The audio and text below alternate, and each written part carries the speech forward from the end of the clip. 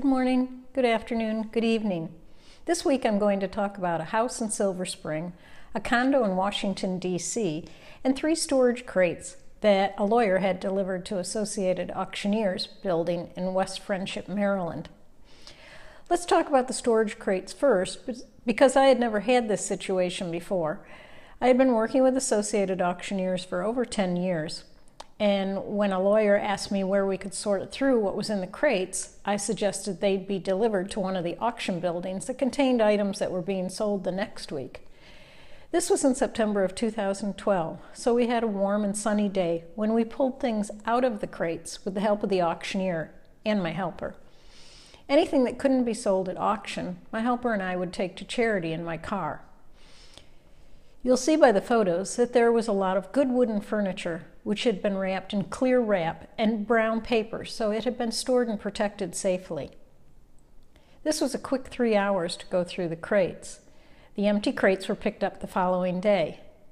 The charity items were brought to a charity on our way home the day we worked, and the items left at Associated Auctioneers sold at the very next auction.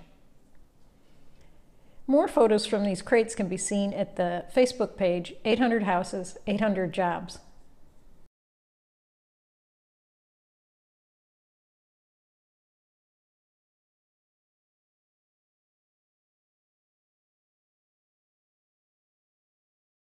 As you can see, the sun's come out and I'm trying to avoid it hitting my face. I did an assessment in a small house in Silver Spring, Maryland in August of 2012. The niece from Pennsylvania was waiting for the court to appoint her as personal representative to her uncle that had lived in the house. I wasn't able to go back to start work until the beginning of October, when a niece sent me the keys to the house and my signed service agreement. I went in with Junket Dump It for 2.5 hours on one day and bagged up trash, which was put on the truck along with a flea-infested sofa, an old TV, vacuum, and a console record player. The niece didn't want the glass tables, nor the inversion table, or the Adirondack chairs, so Junket Dump It took it away to auction, and I took a bucket, china, and flatware to charity on my way home. The niece had taken out items they wanted to keep, so it was a simple job for me.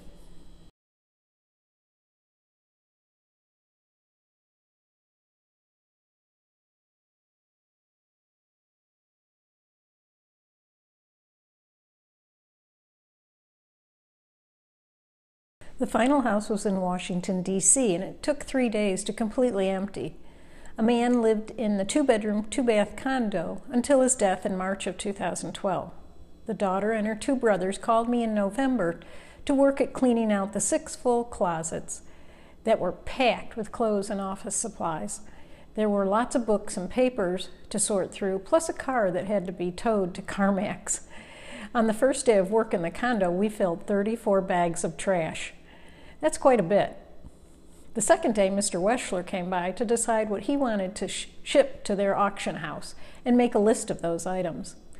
The kids didn't want their father's iPad. It was almost new, and the dad had never used it. There was an interesting pencil drawing titled Congress, along with Noritake china made in conjunction with Heinz & Company, Oriental rugs, and old Peter Pan playbills framed. One son wanted to keep the framed final edition of the Washington Star newspaper. Another wanted the Botkin painting, Minton china, and a dry sink. And the daughter wanted one of the drop-leaf tables. The third day, a wider circle came up to the 6th floor to take away furniture and kitchen items we had boxed up for charity. And certified packaging came to pack up and take away what was being shipped to the son who lived in Michigan. On the 4th and final day, I met New Mind Transfer Company, who wrapped the furniture and loaded their truck with items Weschlers wanted to sell. There was quite a few photos to look at, but first I want to remind you to subscribe to my videos if you want to be notified when the next one comes out in a week. Also check out the Facebook page 800 Houses, 800 Jobs for even more photos on these 3 jobs.